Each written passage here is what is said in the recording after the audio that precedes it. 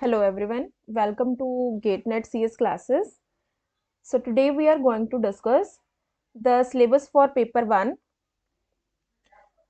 What are the basic units we need to cover and the important topics we need to cover. Along with that, we will also discuss the exam pattern, what kind of exam pattern they ask us और हर एक unit के जो important topics हमें prepare करने हैं मैं वो भी बताऊंगी आप लोगों को. So let's begin with the discussion. तो first of all I want to discuss the basic exam pattern. सब बच्चों को मतलब ऑलमोस्ट पता भी होगा कि किस तरह का एग्जाम होता है, but still I want to discuss. हमारे पास ऑनलाइन मोड ऑफ एग्जामिनेशन होता है एज यू ऑल नो, और हमारे पास दो पेपर होते हैं, पेपर 1 एंड पेपर 2. जो पेपर 1 होगा वो जनरल पेपर होगा जो हर बच्चे को देना ही है. देन अगेन पेपर 2 होता है फॉर 100 क्वेश्चंस होते हैं, जहां हमारे पास जो स्पेशलाइज फील्ड के लिए होगा. पेपर 2 अलग अलग बच्चों के लिए अलग होगा डिपेंडिंग अपॉन देयर फील्ड, और हर एक क्वेश्चन जो है वो 2 मार्क्स का होगा, राइट. 50 प्लस 100 हमारे पास टोटल 150 क्वेश्चंस होंगे सॉल्व करने के लिए 180 मिनट्स में, डेट इज 3 आवर्स में. विदाउट एनी ब्रेक जो है वो ये एग्जाम होता है, एंड कंटिन्यूसली 3 आवर्स जो है हमें we have to perform the entire exam. Objective based questions होंगे. हर क्वेश्चन का हमें जो है वो 2 मार्क्स मिलेगा, प्लस 2 मार्क्स मिलेगा, और किसी भी तरह की नेगेटिव मार्किंग नहीं है. अगर किसी भी तरह की नेगेटिव मार्किंग नहीं है तो हमें एंटायर पेपर जो है वो कंप्लीट सॉल्व करके आना है, so that at the last अगर किसी तरह का टेक्निकल इशू के कारण या फिर इनकरेक्ट ऑप्शंस की वजह से अगर वो ग्रेस मार्क्स देना चाहते हैं तो वो हर बच्चे को मिले. तो ये ग्रेस मार्क्स उन्हीं बच्चों को मिलेगा जिन्होंने कंप्लीट पेपर जो है वो आंसर किया होगा. Then mode of examination is English and Hindi both. So this is the pattern. अगर 50 क्वेश्चंस पेपर 1 के हैं, हर क्वेश्चन जो है वो 2 मार्क्स का है, तो ये 100 मार्क्स का एग्जाम होगा पेपर 1. देन पेपर 2 होगा हमारा 200 मार्क्स का, जिसमें हमारे पास 100 क्वेश्चंस हैं, right.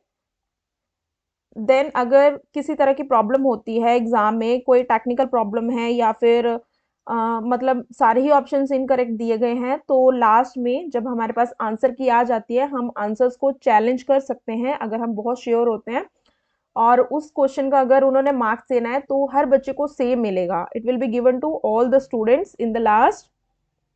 So this is the exam pattern for paper 1 and paper 2.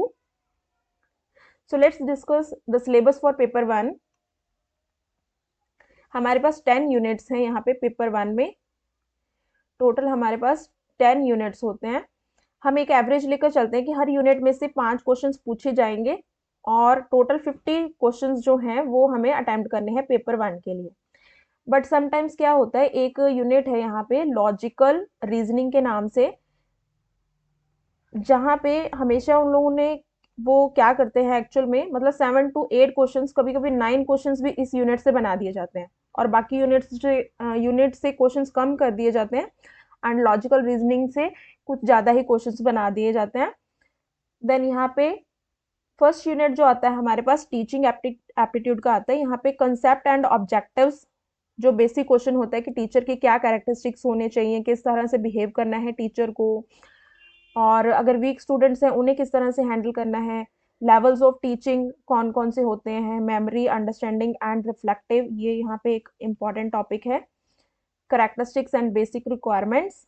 Then आ जाता है हमारे पास लर्नर के क्या क्या कैरेक्टरिस्टिक्स होने चाहिए, और कौन कौन से बेसिक जो कैरेक्टरिस्टिक्स हैं वो फॉलो होते हैं एडल्ट लर्नर्स को या फिर किसी भी लर्नर को. Academic, social, emotional and cognitive, again this is important. Cognitive होता है कि थिंकिंग लेवल पे जो है किस तरह का होगा. इंडिविजुअल डिफरेंसेस क्या है लर्नर्स में. अब नेक्स्ट आता है फैक्टर्स अफेक्टिंग. एक टीचर अगर पढ़ा रहा है तो उसको क्या फैक्टर्स इफेक्ट कर सकते हैं, लर्नर को क्या फैक्टर्स जो है इफेक्ट कर सकते हैं. फिजिकल सपोर्ट मटेरियल हमें क्या चाहिए, कि इंस्टीट्यूट चाहिए, कैंपस चाहिए, क्या क्या चीज़ें हमें रिक्वायर्ड रहती हैं पढ़ाई के वक्त, तो ये चीज़ें इंपॉर्टेंट है यहाँ पे. देन आता है मेथड्स ऑफ टीचिंग. हम लोग ऑफलाइन पढ़ाई कर रहे हैं या फिर ऑनलाइन कर रहे हैं, टीचर किस तरह से पढ़ाता है, कौन कौन से टूल्स टेक्नोलॉजीज यूज़ करके, या लर्नर कौन कौन से मेथड्स को यूज़ करके पढ़ता है. अब एक बात यहाँ पे याद रखनी है कि अगर हम अभी ऑनलाइन का जैसे आजकल हो गया ट्रेंड, तो पढ़ाई के लिए, तो यहाँ पे कौन-कौन से न्यू वेबसाइट्स लॉन्च हुई हैं पढ़ाई के लिए for the higher education specially, research के लिए कौन सी वेबसाइट्स निकली हैं, या फिर स्टूडेंट्स के लिए बेनिफिशियरी, मतलब कोई भी वेबसाइट रिलीज हुई है तो इनके नेम्स एंड उनके डिटेल्स हमने अच्छी तरह से कर कर जाने हैं। नेक्स्ट आता है टीचिंग सपोर्ट मटेरियल। पहले किस तरह की स्टडी होती थी, मॉडर्न और आईसीटी बेस्ड, अभी कौन कौन से टेक्निक्स हम यूज कर रहे हैं।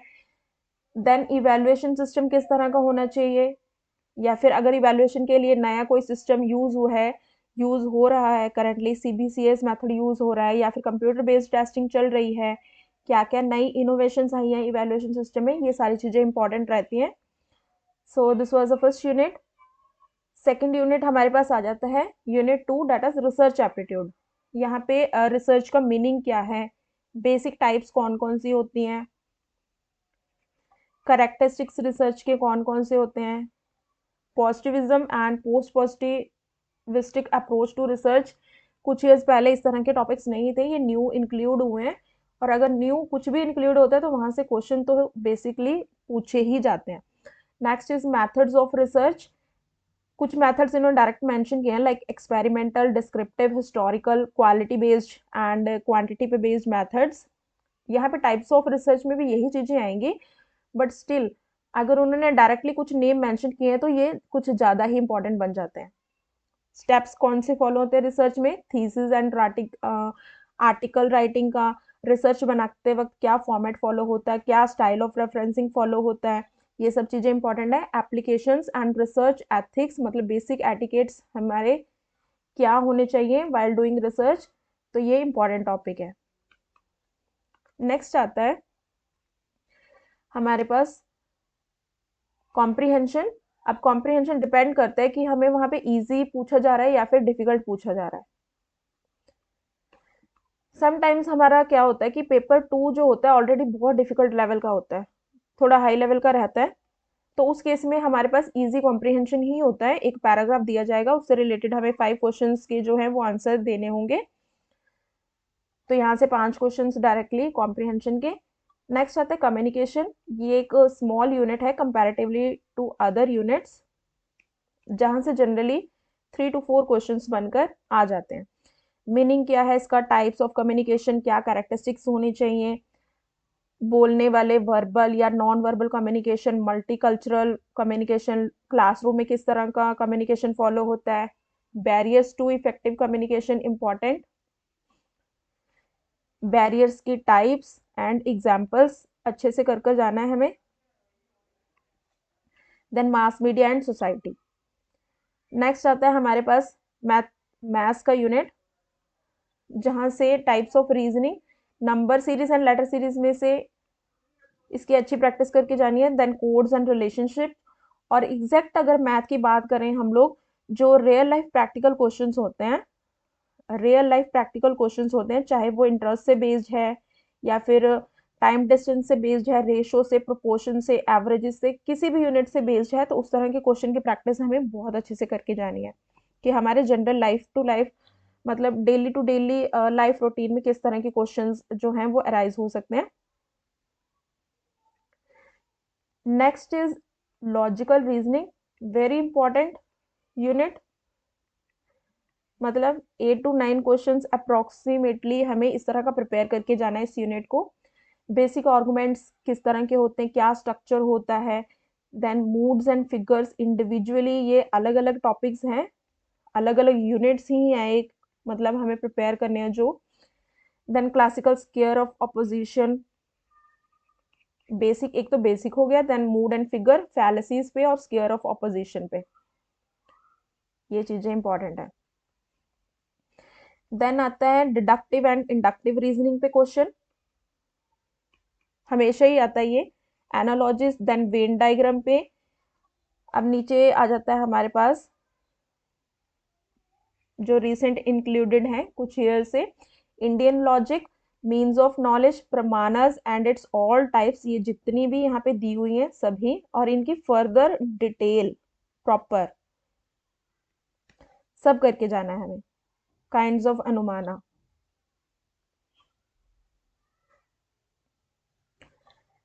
देन इसके बाद हमारे पास आता है यहाँ पे डीआई का यूनिट, डाटा इंटरप्रिटेशन। जनरली जो है वो टेबल पे पूछा जाता है मोस्टली। अगर आपका पेपर 2 थोड़ा इजी लेवल का है, पेपर 2, तो हो सकता है फिर डीआई थोड़ा डिफिकल्ट आ जाए हमारा, और वो लोग पाई चार्ट से पूछ लें या लाइन डायग्राम से पूछ लें तो थोड़ा सा हाई लेवल का आ सकता है। जनरली टेबल पे ही आता है। 5 क्वेश्चन होंगे एक टेबल पे बेस्ड डाटा इंटरप्रिटेशन के, वो हमें सॉल्व करने रहते हैं। देन आईसीटी, यहाँ पे हमें बेसिक कंप्यूटर से रिलेटेड क्वेश्चन पूछे जाते हैं, या फिर नई टेक्निक्स टूल्स कौन से आए हैं वो चीज़ें, जनरल एब्रीवेशंस पूछी जाती हैं, टर्मिनोलॉजीज या ईमेल से रिलेटेड, इंटरनेट से रिलेटेड, ऑडियो वीडियो कॉन्फ्रेंसिंग। और हायर एजुकेशन में आईसीटी से रिलेटेड जितनी भी नई चीज़ें आई हैं वो सारी कहाँ पे हेल्पफुल है आईसीटी हायर एजुकेशन के लिए, आईसीटी एंड गवर्नेंस, ये सब पॉइंट्स। नेक्स्ट 9th यूनिट आता है हमारा पीपल एंड एनवायरनमेंट, ईवीएस का। कुछ गोल्स हैं, millennium development, sustainable development goals, ये डायरेक्टली इंपॉर्टेंट टॉपिक्स हैं। देन एंथ्रोपोजेनिक एक्टिविटीज और इसका फैक्ट क्या पड़ता है इन्वायरमेंट पे या हम पे। देन ग्लोबलाइजेशन आ जाता है हमारे पास, पोल्यूशन की सारी टाइप्स, क्लाइमेट चेंजेस पे। देन पॉल्यूटेंट्स का हमारी ह्यूमन हेल्थ पे क्या फैक्टर पड़ता है, नेचुरल एंड एनर्जी सोर्सेज कौन कौन सी हैं, और हैजर्ड्स कौन कौन से हैजर्ड्स हैं, ये इंपॉर्टेंट है। मिटिगेशन स्ट्रैटेजीज, अब अगर कोई एक्ट जो है वो गवर्नमेंट की तरफ से जो है रिलीज किया गया है या किया गया था पास में, वो सारी चीजें, कौन कौन से प्रोटोकॉल्स लिए गए, कौन सी समितियां चली, सब। लास्ट यूनिट आता है हमारे पास हायर एजुकेशन का। हायर एजुकेशन जो है वो अपने आप में ही बहुत ही वास्ट यूनिट है, जितना भी पढ़ लें वो कम रहता है। बट जो इंपॉर्टेंट चीजें रहती हैं वो ये हैं जो यहाँ पे डायरेक्टली मेंशन किए गए हैं कि कौन कौन से इंस्टीट्यूशंस कब हुए थे, कौन से ईयर में हुए थे, एशियंट इंडिया में किस तरह का एजुकेशन दिया जाता था, कहाँ पे दिया जाता था, कहाँ कहाँ पे एशियंट जो इंस्टीट्यूट्स प्रेजेंट हैं। देन एवोल्यूशन, मतलब इंडिपेंडेंस से पहले और इंडिपेंडेंस के बाद कौन कौन से जो हैं एक्ट हुए, कौन सी पॉलिसीज निकली, oriental, conventional and non conventional learning programmes कौन से होते हैं, नए गवर्नमेंट की तरफ से प्रोफेशनल या कोई स्किल बेस्ड एजुकेशन निकला है तो वो किस तरह के हैं, वोकेशनल जो कोर्सेज होते हैं हमारे उनके बारे में। देन आता है value education and environmental education, basic values पे और इन्वायरमेंट से रिलेटेड एजुकेशन। देन आता है पॉलिसीज, गवर्नमेंट की एडमिनिस्ट्रेशन एंड गवर्नेंस से रिलेटेड जो भी एक्ट्स वगैरह हैं या पॉलिसीज हैं, एवरीथिंग। मतलब इसे हम एंटायरली पूरा यूनिट ही बोल सकते हैं कि इंपॉर्टेंट है एंड ज़्यादा से ज़्यादा कवर करने की कोशिश करनी है इसे। So this was all about the 10 units for the syllabus paper 1 के लिए। I hope the syllabus is clear to all. अगर अभी भी still if you are having any kind of confusion तो आप लोग कमेंट सेक्शन में पूछ सकते हैं। एंड इफ़ यू वांट कि सिलेबस आपको पीडीएफ में मिल जाए तो you can join this Telegram link, मैं वहाँ पे जो है वो पीडीएफ वहाँ अपलोड कर दूंगी, you can download from there. So thank you everyone for watching this video. Please like and subscribe to our channel so that you will get all the notifications for the upcoming videos. So thank you again.